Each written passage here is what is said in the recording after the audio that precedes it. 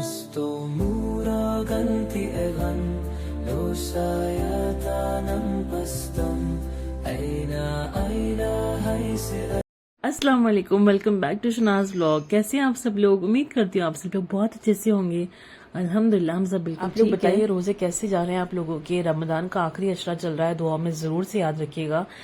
हम सबको, मेरी पूरी फैमिली को दुआ में जरूर से याद रखिएगा। मैं हर बार आप लोगों से ये कहती हूँ और फिर से मैं काफी दिनों बाद व्लॉग आज अपलोड कर रही हूँ, क्योंकि रमजान में थोड़ा सा रूटीन जो है ना वो बहुत ज्यादा इस वक्त बिजी हो गया है। सुबह में अक्सर ऐसे होता है कि मैं फजर की नमाज के बाद मैं एडिटिंग वगैरह करके ना अपलोड पे लगा देती हूँ, शेड्यूल कर देती हूँ। बहुत मरतबा तो मैं शेड्यूल कर देती हूँ कि कौन सी डेट पे व्लॉग जाने वाला है, लेकिन अभी ऐसे हो गया कि रात भर जगते हैं। पूरा रमजान हो गया कि मैं पूरी रात सोई नहीं हूँ, और रमजान अभी तक के जितने भी रोजे गए हैं अल्हम्दुलिल्लाह से मैं रात भर जगी हूँ, इबादत करी हूँ। और फिर इसके बाद में सुबह में सोना होता है, 7-8 बजे के बाद ही सुबह नींद आती है।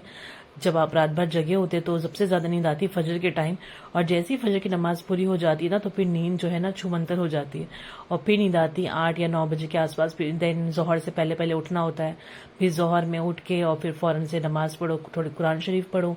उसके बाद में किचन में जाने का टाइम हो जाता है इफ्तार बनाने का, उसके बाद में इफ्तार बनाओ, फिर मगरिब की नमाज पढ़ो, फिर कुरान शरीफ पढ़ो, फिर तरावी का टाइम हो जाता है। तरावी पढ़ के आते आते हमें 10:30 बज जाते हैं, क्योंकि हम मरकज जाते हैं तरावी पढ़ने के लिए। यहाँ पर औरतों का बहुत अच्छे से इंतजाम किया हुआ है, तो अभी तक तो मैं मरकज जा रही थी, तो वहां से आते आते 10-10:30 बज जाते हैं। फिर उसके बाद में ऐसे हो जाता है, लेट बहुत हो जाता है। तो इस वजह से फिर बच्चों की तबीयत बीच में बहुत ज्यादा खराब हो गई थी। दोनों बच्चों को फूड पॉइजन हो गया था, बहुत बुरी तरह से। दोनों बच्चों को जबरदस्त वाला फूड पॉइजन हो गया था, तो इस वजह से कुछ ज्यादा मैंने शूट नहीं किया। और फिर मैंने इस वजह से जो है ना पॉज ही लिया थोड़ा सा, कि चलो थोड़ा सा होल्ड पे रखते हैं चीजों को, और आराम से जो रमजान चल रहे हैं अभी इसको कहते हैं ना कि इंजॉय करते हैं, इबादत करते हैं, जिस चीज के लिए रमजान है वो करते हैं। ब्लॉग्स तो डलते रहेंगे, रेसिपीज तो डलती रहेगी इंशाल्लाह।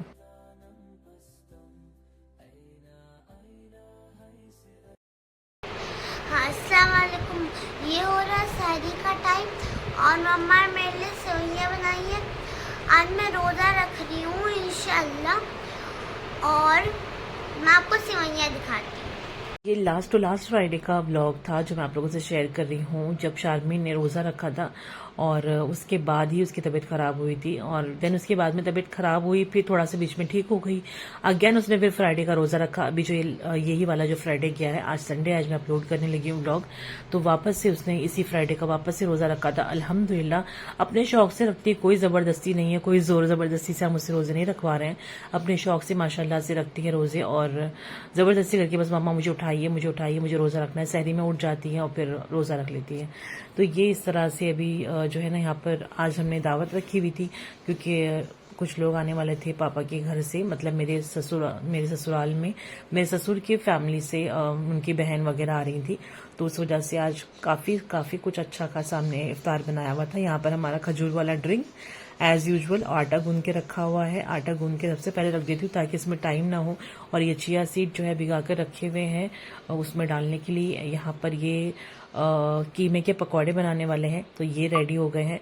बस इसको तेल में जो है ना फ्राई करना है। बहुत मजे के बनते हैं। मैंने 3-4 मरतबा बन चुकी है, और हर मरतबा मैं सोचती हूँ कि इसकी रेसिपी मैं शूट करूंगी, बट पता नहीं हो ही नहीं पाता है, कैसे कैसे करके वो रह ही जाता है। लेकिन इंशाल्लाह मैं जरूर आप लोगों से इसकी रेसिपी शेयर करूंगी। कीमा के पकौड़े बहुत अच्छे बनते हैं, बहुत ही ज्यादा टेस्टी बनते हैं। और यहाँ पर मैंने बनाने थे क्रिस्पी चिकन, क्रंची चिकन। इसकी रेसिपी तो ऑलरेडी अपलोडेड है मेरे शनाज किचन रूटीन चैनल पर।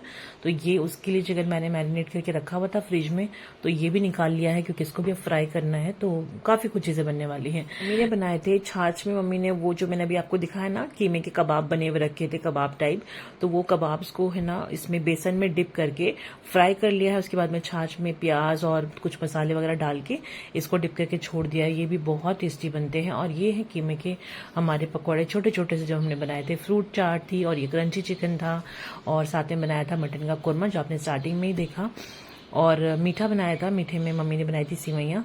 तो कुछ कुछ चीज़ें थी जो मुझे आप लोगों से शेयर करनी थी, तो मैंने दिखा दी। तो ये था हमारा दस्तरखान इफ्तार का।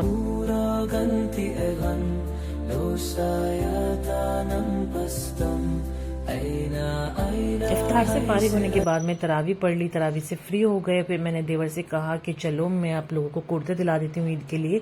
हर बार ऐसे होता है कि शमीम यहाँ पर होते हैं दिल्ली में, हमारे साथ होते हैं, मतलब हम दिल्ली में रहते थे, तो मैं और शमीम जाकर ले आते थे कुर्ते वगैरह, मम्मी पापा के कपड़े जो भी होता था हम दोनों साथ में जाके ले आते थे आराम से। लेकिन इस बार शमीम नहीं है, बॉम्बे में है, तो मैंने फिर सोचा कि अब कौन जाएगा मेरे साथ में। तो मैंने देवर से कह दिया था कि ऐसा करो तुम साथ में चलो और अपनी पसंद से ही इस बार कुर्ते ले लो, क्योंकि मैं अकेली जाकर तो नहीं लूंगी, तो तुम साथ में चलो। तो मैंने बड़े देवर और छोटे देवर दोनों को साथ में ले गई थी। अभी तो मैं छोटे देवर के साथ जा रही हूँ बाइक पे। बड़े देवर से कह दिया था कि वो डायरेक्ट शॉप पर ही आ जाए, तो दोनों अपनी पसंद से वहां पर कुर्ते ले लेंगे।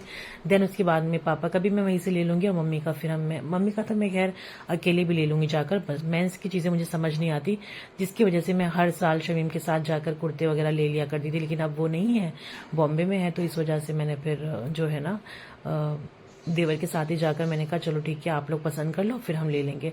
लेकिन यहाँ पर इतना ज्यादा क्राउड था, मुझे लग रहा था कि आधे पौने घंटे में हम रिटर्न आ जाएंगे, क्योंकि शाहीन बाग है ही कितना दूर घर से, 9 नंबर तो बहुत नजदीक है। लेकिन हमें आते आते 12:30 पौने 1 बज चुका था। इतना ज्यादा क्राउड था ना, आप लोग खुद देख लीजिए कितनी ज्यादा भीड़ है।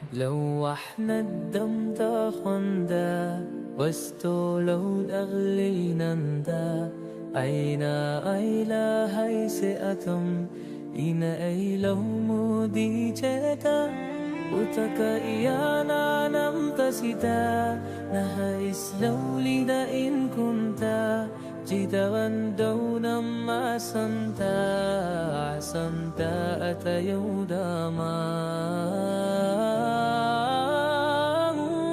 Gusto mura ganti egan Losayata nam pastam इरादा तो मेरा ये था कि मैं बच्चों को घर छोड़कर आऊं और मम्मी के पास ही, लेकिन कहीं घूमने का नाम हो और बच्चे ना चले तो हो नहीं सकता है, जबकि बच्चों का वहां पे कुछ काम नहीं था। हमें सिर्फ कुर्ते पजामे लेने थे ईद के लिए और फौरन घर आना था। बट बच्चे तो सबसे पहले तैयार होते हैं साथ में जाने के लिए, तो बस बच्चे भी साथ में आकर यहाँ पे इतना ज्यादा क्राउड था, मुझे तो देखकर ही घबराहट हो रही थी कि कैसे हम शॉप पे पहुंचेंगे, कब कुर्ते लेंगे, कब हम रिटर्न घर जाएंगे। तो यही सब चीजें, बहुत बहुत ज्यादा क्राउड था। तो ये छोटा सा व्लॉग है, ज्यादा बड़ा नहीं है व्लॉग, बस एक अपडेट सी इतने दिनों से जो मैं नहीं व्लॉग डाल पाई हूँ, तो थोड़ी बहुत अपडेट आप लोगों से शेयर करनी थी, तो मैंने सोचा ये व्लॉग डाल देती हूँ। उसके बाद नेक्स्ट व्लॉग इंशाल्लाह जल्दी कल ही पोस्ट कर दूंगी मैं, क्योंकि मैंने शूट करके रखे हुए हैं व्लॉग्स, बस अपलोड नहीं कर पाई, एडिटिंग नहीं कर पाई। एडिटिंग नहीं हो पाती है तो अपलोड भी नहीं हो पाता। जैसे मैंने बताया बच्चों की तबीयत खराब थी, फिर मेरा भी गला खराब हो गया है। अभी भी आप लोग देख सकते, मतलब सुन सकते हो, समझ में आ रहा होगा कि अभी भी मेरा गला पूरी तरह से ठीक नहीं हुआ है, तो वॉइस ओवर नहीं हो पाया। बेसिकली ये कि सारा खेल ही, सारा मसला ही एडिटिंग का, एडिटिंग नहीं हो पाती तो अपलोड ही नहीं हो पाता है। और फिर टाइम भी नहीं है, रमजान चल रहा है, आखिरी अशरा चल रहा है, तो मुझे लग रहा था कि ज्यादा से ज्यादा टाइम जो भी कुछ मिल पा रहा है मैं इबादत कर लेती हूँ। बाकी चीजें तो ये व्लॉग वगैरह तो चलते ही रहेंगे, इसमें तो कोई वो नहीं है कि ईद के बाद नहीं डाल सकते, मैं बाद में भी डाल सकती हूँ, पोस्ट कर सकती हूँ। तो बस इसी वजह से मैं थोड़ा सा पॉज लेके कहते ना होल्ड पे रख दी था मैंने चीज़ों को, कि चलो ठीक है कोई बात नहीं, बाद में अपलोड कर देंगे। और फिर मम्मी भी एहतिकाफ में बैठ गई हैं अल्हम्दुलिल्लाह से।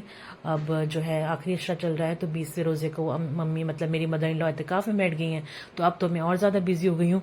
तो मैंने सोचा कि इतना सारा जो मेरे फ़ोन में डाटा जमा हो रखा है, व्लॉग में इतने दिनों से शूट कर रही थी हर जगह का, तो मैंने सोचा कि इसको अपलोड कर देती हूँ ताकि फ़ोन भी क्लियर हो जाए और मैं आगे का कुछ और भी शूट कर सकूँ।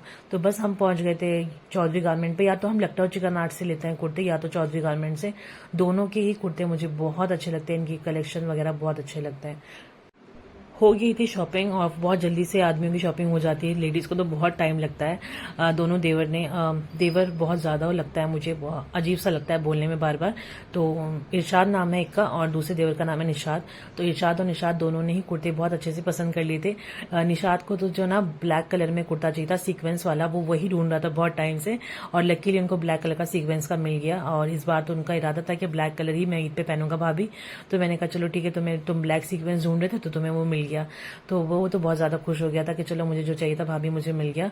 फिर उसके बाद में मैंने वही सेम सीक्वेंस का कुर्ता अपने भाई के लिए भी लिया, बट मैंने भाई के लिए व्हाइट कलर में लिया, और फिर ससुर के लिए लिया, उनके लिए भी व्हाइट कलर में लिया, क्योंकि वो कलर वगैरह नहीं पहनते पापा, वो व्हाइट कलर में ही पहनते, तो उनके लिए व्हाइट कलर लिया। बस नॉर्मल व्हाइट जो होता है ना प्लेन कुर्ता।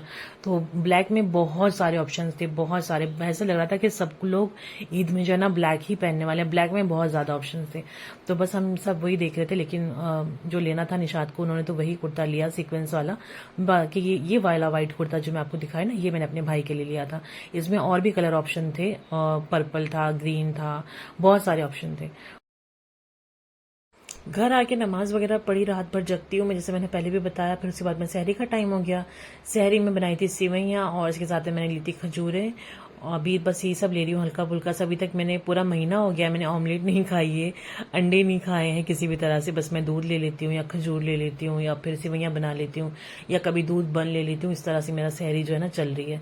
तो बस उसके बाद में फजर की नमाज पढ़ ली, और मैं यहाँ पर बैठकर कुरान शरीफ पढ़ी थी। बहुत अच्छा लग रहा था, सुबह होने लगी थी, हल्का हल्का सा जो ना उजाला आ रहा था, और ये लाइटें मेरी ऑन थी, मेरी फेवरेट वाली मून और स्टार वाली। तो यहाँ पर मैं बैठी थी, दोनों बच्चे सो गए थे, और उसके बाद में मैं आराम से यहाँ पे बैठ के कुरान शरीफ पढ़ी थी। क्योंकि मैं फ़ोन में पढ़ती हूँ, तो इसी वजह से मुझे यहाँ पे लाइट की कोई नीड नहीं थी।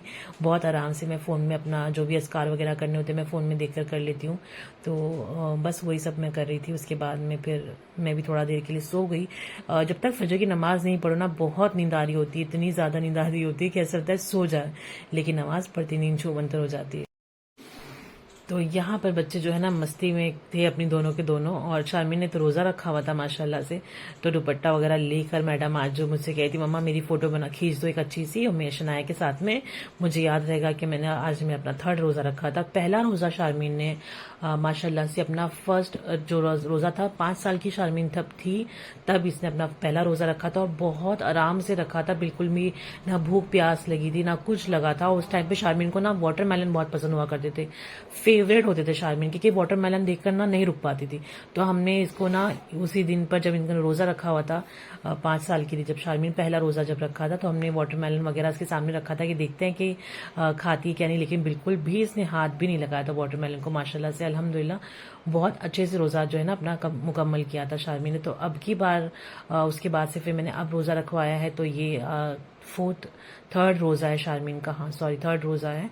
तो बस बहुत आसानी से रख लेती है माशाल्लाह शारमीन। अब शफ़क़ कैसे रखेंगी पता नहीं, लेकिन शारमीन तो बहुत अच्छे से रख लेती हैं। तो चलिए ये था छोटा सा व्लॉग, एक अपडेट थी आप लोगों को देना था, बताना था जो भी था। अच्छा लगा तो प्लीज़ लाइक ज़रूर कर दीजिएगा जाने से पहले, और चैनल को सब्सक्राइब कर दें। यहाँ पर मैं बनाने लगी हूँ, इफ्तार का टाइम हो गया, फिर से फ़िश बना रही हूँ बोनलेस। ये बोनलेस फ़िश है, और बस इसको ऐसे ही फ्राई करेंगे, मसाला वगैरह लगा के मैरिनेट करके रख दूँगी, और फिर इसको मैं फ्राई करूँगी। और ज़्यादा कुछ नहीं बनाना है, बस आज फ़िश को हम फ्राई करेंगे, थोड़ा सा फ़िश का सालन बना लेंगे, इसको फ्राई करेंगे, और जो बोन्स वगैरह उसका सालन बना लेंगे, जो हड्डी वगैरह है फ़िश की। और उसके बाद में फ्रूट्स वगैरह कट करने हैं बस, बाकी और कुछ नहीं, ज़्यादा कुछ ताम झाम नहीं है इफ्तार में। तो बस यही था। इंशाल्लाह मैं अभी आपसे मिलूंगी नेक्स्ट ब्लॉग में, जल्दी अपलोड कर दूंगी या तो कल ही कर दूंगी। तो दुआ में बहुत बहुत याद रखिए, अपना भी ख्याल रखिए। टेक केयर, अल्लाह हाफिज़।